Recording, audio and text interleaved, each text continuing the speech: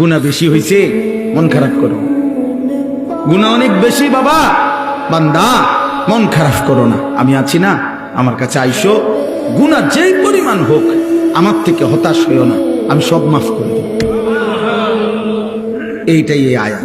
কুল, হে নবী আপনি বলেন, ইয়া ইবাদিয়াল্লাযীনা আসরাফু আলা আনফুসিহিম, হে আমার বান্দারা, তোমাদের যাদের জীবন গুনায় গুনায় পূর্ণ হয়ে গেছে, জীবনের উপরে জুলুম করে ফেলেছ, গুনার সীমা অতিক্রম করে ফেলেছ, সাগরের ঢেউর চাইতে গুনাহ বেশি, পাহাড়ের উচ্চতার চাইতে গুনাহ বেশি, আসমানের কাছে গুনাহ পৌঁছে গেছে, আল্লাহ বলেন লা তাকনাতু মির রাহমাতিল্লাহ, আমি আল্লাহর রহমত থেকে নিরাশ হইও না।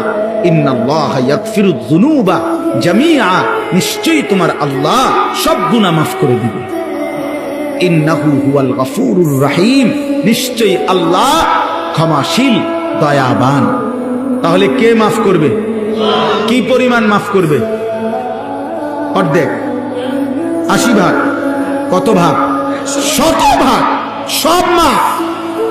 আল্লাহ বলছে বান্দা সব মাফ করে দেব, সব। কারো কাছে যাইও না, আমার কাছে আসো। এখন শর্ত হইল, প্রশ্ন হইল, মালিক কি করতে হবে আমাকে? যদি মাফ নিতে হয় আমার করণীয় কি? তা আল্লাহ বলেন 3টা কাজ। কয়টা? 1, ওয়া আনিবু ইলা রাব্বিকুম, তোমরা তোমাদের রব আল্লাহর নিকটে তওবা করো। কি করো? এই আনিবু মানে ইনাবাত, মানে তওবা, রুজু, তোমাদের রবের কাছে ফিরো, তওবা করো। তওবা কিভাবে করে? 3 ভাবে। কয় ভাবে? 1, আপনি এই 3 জিনিস একসাথে করলে তওবা হয়। মনে রাখবেন, 1 নাম্বার কলিজা দিয়া, দিল থেকে।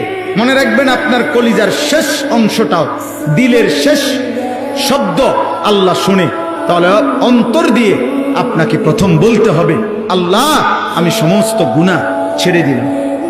2, আর করব না, ওয়াদা দিলাম। 3, আমি লজ্জিত মাওলা, আমি মাফ চাইলাম।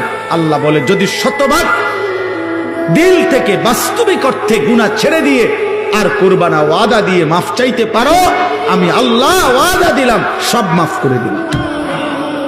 অতএব আমাদের অন্তরের হালাত আল্লাহ জানে কিনা? বলেন না, জানে কিনা? তিনি সব বুঝে কিনা?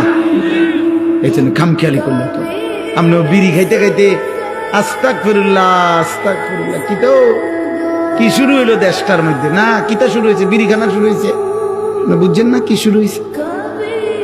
চা দোকানের টেলিভিশনের দিকে তাকায় তাকায় কয় আস্তাগফিরুল্লাহ, দেশটার মধ্যে কি ফিডাফিডি চলছে, এটা নিয়ে আস্তাগফিরুল্লাহ। এই বেড়ি দেখে দেখে নিয়ে আস্তাগফিরুল্লাহ। এক বুজুর্গ, ওনার সঙ্গী একজন বেপর্দা নারীর দিকে তাকাইয়া বলছে, হযরত দেখেন দেখেন এই মহিলা কি বেপর্দা, আস্তাগফিরুল্লাহ আস্তাগফিরুল্লাহ। ওই আল্লাহওয়ালা ওই লোককে বলছে, ভাই তেরি আস্তাগফিরুল্লাহ পর আস্তাগফিরুল্লাহ, তোমার আস্তাগফিরুল্লাহর উপরে আস্তাগফিরুল্লাহ। এ কেসা আস্তাগফিরুল্লাহ? এটা কি ধরনের আস্তাগফিরুল্লাহ? বেড়ির দিকে ছাইয়া রইছো আবার কও আস্তাগফিরুল্লাহ। আরে ভাই পেলে তো নজর হটাও, ফের আস্তাগফিরুল্লাহ পড়ো। আগে তো চোখ সরাও, আগে তো মহিলার থেকে নজর সরাও, এরপরে না কইবা আস্তাগফিরুল্লাহ। ছাইয়া ছাইয়া আগ করে রইছো, কয় আস্তাগফিরুল্লাহ। এই জন্য আপনার পকেটে সুদের টাকা, আপনার দোকানে মাত্র তুইয়া আইছেন সুদের টাকা, এবার ইমাম সাহেবের লগে ডোলে আস্তাগফিরুল্লাহ রাব্বি, ডোলেন কিতেন, কার লগে মস্কারি করেন? হ্যাঁ, কার লগে কনিডি? ইমাম সাহেবের। হ্যাঁ, ইমাম সাহেব মাফ করে নাকি? গুনাহ মাফ করে ইমাম সাহেব? তো যিনি মাফ করে উনিয়া দোহানে টেহারি দেখছে না। কথা বুঝেন না? যার কাছে মাপ চাইতেছেন উনি কইতারে না যে পকেটে যে টাকা। এই মাত্র যে আপনি সুদের লেনদেন করে আসছেন, হ্যাঁ, আপনার মুখের বিড়ির দুর্গন্ধ গেছে না, আপনি কি আস্তাগফিরুল্লাহ করেন? আস্তাগফিরুল্লাহ থেকে তো গন্ধ বাইর হয়। এই জন্য খামখেয়ালি করলে হবে। খালেস কি করতে হবে? তাওবা করতে হবে।